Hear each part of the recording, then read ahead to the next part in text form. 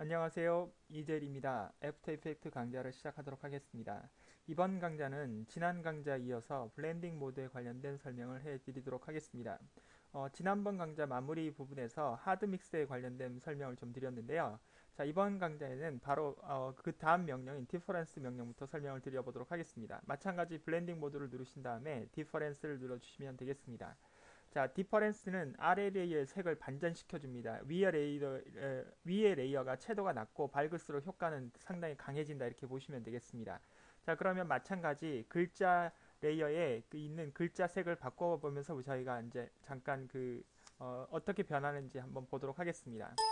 더블 클릭을 하시고 난 다음에 여러분 그 채도가 좀 낮은 부분으로 가져다 놓으시고 또는 강한 부분으로 가져다 놓으셨을 때 이렇게 변하는 걸 여러분들이 보실 수가 있겠습니다. 그래서 채도가 높낮이에 따라서 그 아래 레이어의 색 반전이 일어나는 것을 여러분들이 보실 수가 있겠습니다. 그래서 이것이 디퍼런스가 해주는 일이다 이렇게 보시면 되겠습니다. 색상은 제가 다시 원래대로 약간 주황 계열로 가져다 놓도록 하겠습니다.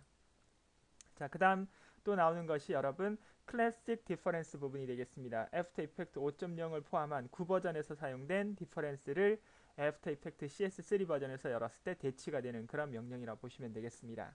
자, 그 다음 익스클루션을 눌러보도록 하겠습니다. 자, 누르게 되면은요, 디퍼런스와 거의 같은 효과지만 콘트라스트가 좀 약하게 나타나는 그런 특징을 가지고 있다고 보시면 되겠습니다.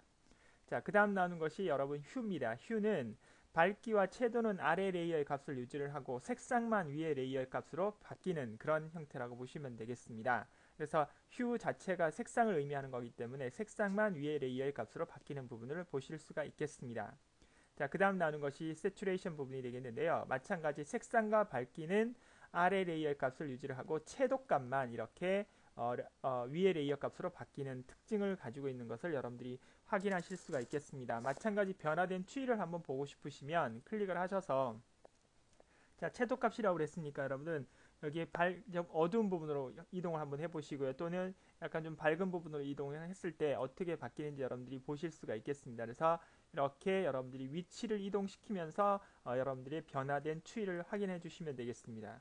그러면 제가 휴 부분을 다시 한번 보여드리도록 하겠습니다. 휴는 조금 전에 말씀드린 것처럼 제가 색상 값이라고 그랬는데요. 자, 일단 색상 부분을 한번 구현을 한번 해보도록 하겠습니다. 일단은 저는 빨간색으로 갔다가 또는 파란색으로 이렇게 오게 되면 색상이 이렇게 변하는 걸 여러분들이 보실 수가 있겠습니다. 그래서 이렇게 바뀌게 되면 색상값만 이렇게 바뀌는 걸 여러분들이 보실 수가 있겠죠. 그래서 색상만 위의 레이어 값으로 바뀌고 밝기와 채도는 아래 레이어를 그대로 가지는 것이 휴. 그에 반해서 색상과 밝기는 그대로 아래 레이어 값을 유지를 하고 채도만 위의 레이어 값으로 바뀌는 것이 세츄레이션이다. 이렇게 말씀을 드릴 수가 있겠습니다. 자, 그 다음 나오는 것이 여러분 그 칼라 값이 되겠습니다. 칼라를 눌러보시기 바랍니다.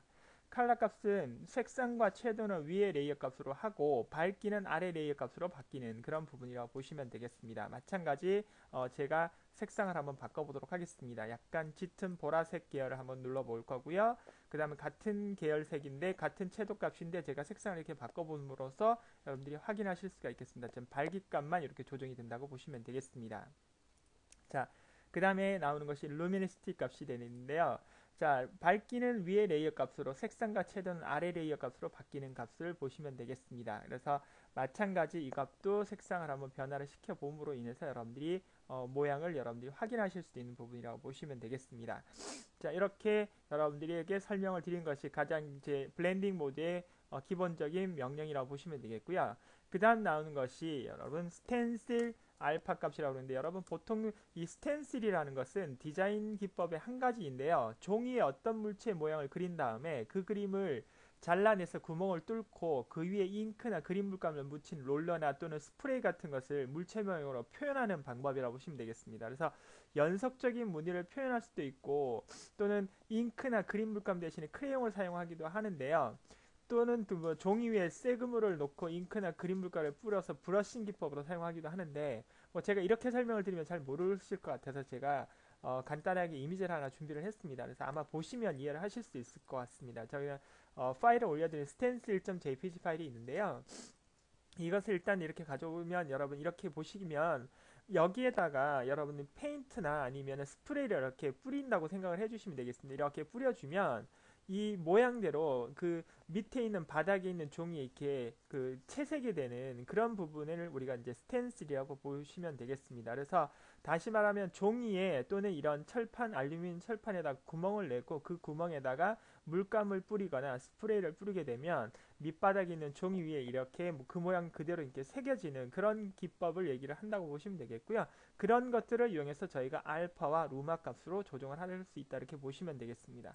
자, 이 파일은 제가 설명을 드리기 위해서 가져온 거기 때문에 그냥 딜리트 눌러서 지워두도록 하겠습니다. 자, 그러면 여러분 저와 함께 이 부분을 한번 구현을 한번 해보도록 하겠습니다. 자, 그러면 여기를 누르시고요. 블렌딩 모드를 누르신 다음에 스텐실 알파 값을 눌러보도록 하겠습니다. 자, 그러면 여러분 위에 레이어 알파 채널 부분에만 아래 레이어가 보이도록 해주는 그런 기능이라고 보시면 되겠습니다. 그래서 시든이라는 글자 그 영역 내에서만 아래 레이어가 보이는 부분이라고 보시면 되겠습니다. 그래서 여타 색상이나 채도 밝기와 값과는 상관이 없습니다. 그래서 여러분들 요것을 잘 기억을 하시면 되겠는데요. 이것을 여러분들이 확인을 한번 해보고 싶으시면 이 컴포지션 패널에서 여러분 여기의 값을 눌러보시기 바랍니다. 이렇게 눌러보시면 여러분 이 값이 그 채널 값을 보여주고 있는 부분인데요. 쇼 채널 값을 클릭을 하셔서 알파를 눌러보시게 되면 이렇게 시든이라는 글씨만 이렇게 하얗게 나머지는 검정색으로 나오는 이 알파 값을 보실 수 있습니다. 이것이 알파 채널을 볼 수 있는 부분인데요. 이 알파 값에 의해서 밑에 그림이 보이고 또는 뭐 밑에 있는 이미지가 이렇게 여러분들의 눈에 보이는 그런 방법이라고 보시면 되겠습니다. 자, 이것은 다시 RGB로 바꿔보도록 하겠습니다.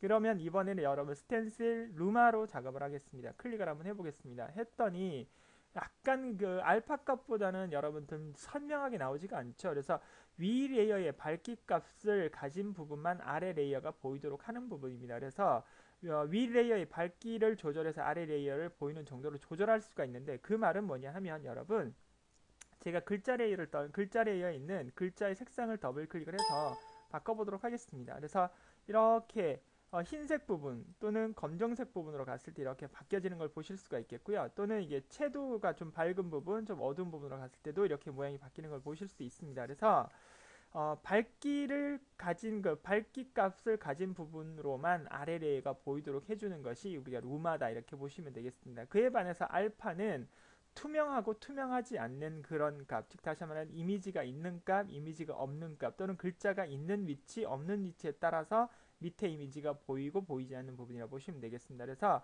여러분들이 이 루마라는 부분은 밝기 값을 가진 부분에 의해서 밑에 레이어가 보이고 보이지 않는 부분이다 이렇게 보시면 되겠습니다. 자, 이것은 캔슬해서 다시 돌려보도록 하겠습니다. 자, 그 다음 나오는 것이 여러분 실루엣 알파가 되겠습니다. 그래서 클릭을 한번 해보시면은 조금 전에 알파 채널을 반전시킨 부분에만 아래 레이어가 보이도록 해주는 부분이라고 보시면 되겠습니다. 그래서 알파 채널의 반대값이다 이렇게 생각을 하셔도 상관이 없습니다. 여타 색상이나 채도 밝기값과는 상관없이 이제 구현이 되는 그런 부분이라고 보시면 되겠습니다. 마찬가지 여러분 컴포지션 패널에서 쇼 채널 아이콘을 클릭을 하셔서 알파 값을 이제 클릭을 하시게 되면 여러분들이 이게 반전된 부분을 보실 수 있습니다. 조금 전에 알파 채널 같은 경우는 스텐실 알파 같은 경우에는 여러분 이게 그 바탕이 검정에 글자가 흰색이었는데 지금은 이제 실루엣 알파 값을 주게 되면 그 반대값이 구현이 된다고 보시면 되겠습니다. 자, 다시 돌아가도록 하겠습니다. RGB로 돌아가도록 하겠습니다. 자, 이번에는 다시 누르셔서 실루엣 루마를 눌러보도록 하겠습니다. 마찬가지인데요. 위 레이어의 밝기 값을 가진 부분을 제외한 나머지 부분으로만 아래 레이어가 보이도록 한다. 즉 다시 말하면 스텐실 알파와 반대값으로 이렇게 밑에 레이어와 블렌딩 모드가 구현이 된다고 보시면 되겠습니다. 그래서 밝기 값을 가진 부분을 통해서 아래 레이어를 보이도록 하는 정도를 조절할 수 있다. 이렇게 말씀을 드릴 수 있습니다. 마찬가지 여기서 그 색상, 글자 레이어의 글자 색상을 더블 클릭을 하셔서 여러분들이 이렇게 조정을 하시게 되면 글자가 선명하게 보였다가 보이지 않다가 이렇게 나오는 걸 여러분들이 보실 수가 있겠습니다. 이렇게 알아두시면 되겠습니다. 자, 그 다음 나오는 것이 여러분 그 알파 애드 값이라고 그러는데요. 노멀과 똑같습니다. 그래서 알파 채널에 투명한 이음새가 있는 경우에 그 부분을 채워서 없애주는 기능이 있지만 일반적인 경우에는 큰 차이점이 없습니다. 그래서 노멀 값과 거의 비슷하다 이렇게 말씀을 드릴 수가 있겠습니다.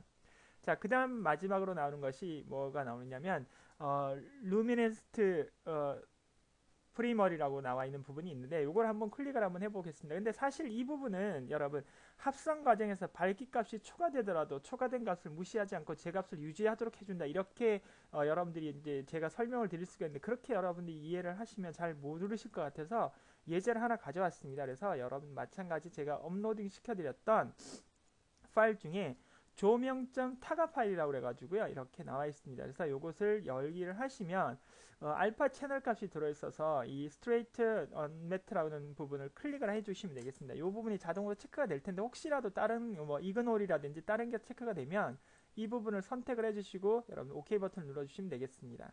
그런 다음에 이 값을 여러분 이 시드니 부분에다가 갖다 놓으시고요. 위에 있는 글자리에는 눈을 꺼보도록 하겠습니다. 자, 이렇게 됐을 때 밑에 레이어가 어떻게 좀 달라지는지 한번 보여드리도록 하겠습니다. 자, 먼저 여러분 제일 밑에 있는 이 상태에서 그냥 여러분 지금 저하고 같이 노멀인 상태에서는 이렇게 나왔는데요. 이것을 그 루미네스턴트 프리머리라고 나와 있는 부분을 클릭을 한번 해보십시오. 그러면 아마 이 그 주변부가 이 부분이 좀 더 밝아지는 부분을 여러분들이 확인하실 수가 있겠습니다. 그래서 이 부분이 좀 차이가 있을 뿐이지 실제로 우리가 다른 어떤 효과를 주게 되면 별 차이점을 느끼지 못하는 그런 부분인데요. 첫 번째 그림에서는 다 보이지 않았던 렌즈 플레이 가장자리 원본의 밝기가 좀 더 밝아진 부분을 여러분들이 보실 수 있습니다. 그래서 여러분들이 노멀을 주셔거나 아니면은 이것을 다시 루미네스트 프리머리를 클릭을 한번 해보시면 이렇게 변화되는 부분을 여러분들이 확연하게 보실 수가 있겠습니다. 그래서 자, 지금까지 이렇게 설명을 드려서 레이어와 레이어 사이에 블렌딩 합성을 어떤 식으로 할 수 있는지 그리고 36가지의 어떤 내용들이 어떻게 구현이 되는지를 좀 설명을 드렸는데 사실 제가 제일 처음 강좌를 설명을 드릴 때 지난번 강좌를 시작하면서 설명을 드릴 때 여러분들이 제가 설명을 드린 일정한 공식에 따라서 일정 패턴으로 레이어를 합성해 주는 것을 여러분들이 이해하시기보다는 그냥 무조건 이해를 하기보다는 효과를 직접 적용해 보시면서 여러분들이 각각 어떤 특징이 있고 여러분들의 그 눈에 그 다음에 여러분들이 의도하는 어떤 컨셉에 맞게끔 변화되면 그것을 여러분들이 그냥 구현을 하시면 된다고 말씀을 드렸습니다. 그래서 제가 여러분들에게 이 부분을 전부 다 이해를 해달라 이런 말씀은 드릴 수가 없습니다. 그래서 이 부분은 다 설명을 드릴 수 없는 부분들이 있고요. 사실은 이 부분이었을 때 여러분들이 기억을 좀 해주셔야 되는 것이 이 다크에서부터 다크 칼라 이 부분은 두 개 레이어를 여러분들이 했을 때 어떻게 되는 거 약간 좀 뭐라고 그래야 되나 좀 이렇게 어두워지는 경향을 나타내는 그런 명령이다 이렇게 보시면 되겠습니다. 이 부분은요. 그 다음에 에드와 그 다음에 라이튼 컬러 같은 경우에는 두 개 레이어를 합성을 했을 때 좀 더 밝아지는 경향이 있는 그런 블렌딩 모드. 그 다음에 오버레이와 하드 믹스 같은 경우에는 두 개 레이어를 이렇게 혼합을 하는 우리가 말 그대로 그냥 믹스를 해서 약간 채도와 명도가 같이 좀 떨어지는 그런 역할을 해주는 블렌딩 모드라고 보시면 되겠고요. 그 다음에 이제 나오는 것이 뭐 디퍼런스 익스클루션 같은 경우에는 마찬가지 거기에 어떤 특징들이 있는데 이건 약간 좀 그 이외적인 내용이라고 보시면 되겠고요. 그 다음에 여러분들이 좀 보시는 것이 휴와 채도와 명도와 색상과 그 다음에 밝기 부분을 우리가 구현할 수 있는 것이 휴, 세츄레이션, 컬러, 루미니시티 이 부분을 여러분들이 이해를 해주시면 되고 그 다음에 혹시 일부분을 보이게 하고 일부분을 보이지 않게 하는 일종의 어떤 마스크적인 기능을 나타내고 있는 그런 블렌딩 모드가 스텐실 그죠? 스텐실 그 다음에 알파라든지 스텐실 루마 그 다음에 실루엣 알파 실루엣 루마 값이라고 여러분들이 이해를 해주시면 되겠습니다. 사실 이 다음번 강좌에 제가 그 합성의 기본인 마스크에 관련된 설명을 드릴 텐데요. 그와 비슷한 내용이라고 생각을 해주시면 되겠습니다. 그리고 마지막으로 이제 알파 에드 값하고 그 다음에 루미네스티 프리멀 같은 경우는 이것은 약간의 어떤 특수적인 기능이다 이렇게 알아두시면 되겠습니다. 자, 두 번의 강좌를 통해서 여러분들에게 블렌딩에 관련된 설명을 대략적으로 설명을 드렸고 뭐 이론적인 설명을 제가 일단 여러분들에게 드렸지만 말씀드린 것처럼 그렇게 다 이해를 하시고 여러분이 다 외우시기보다는 그냥 바로바로 적용을 해보시면서 여러분들의 느낌에 맞게끔 작업을 해주시면 되겠습니다. 그렇게 하는 것이 아마 여러분들이 가장 그 이미지나 아니면 영상을 여러분들이 만드실 때 간편해질 수 있는 그런 그 방법이다 이렇게 말씀을 드릴 수가 있겠습니다. 자, 이번 강좌는 여기서 마무리를 하도록 하겠습니다. 수고하셨습니다.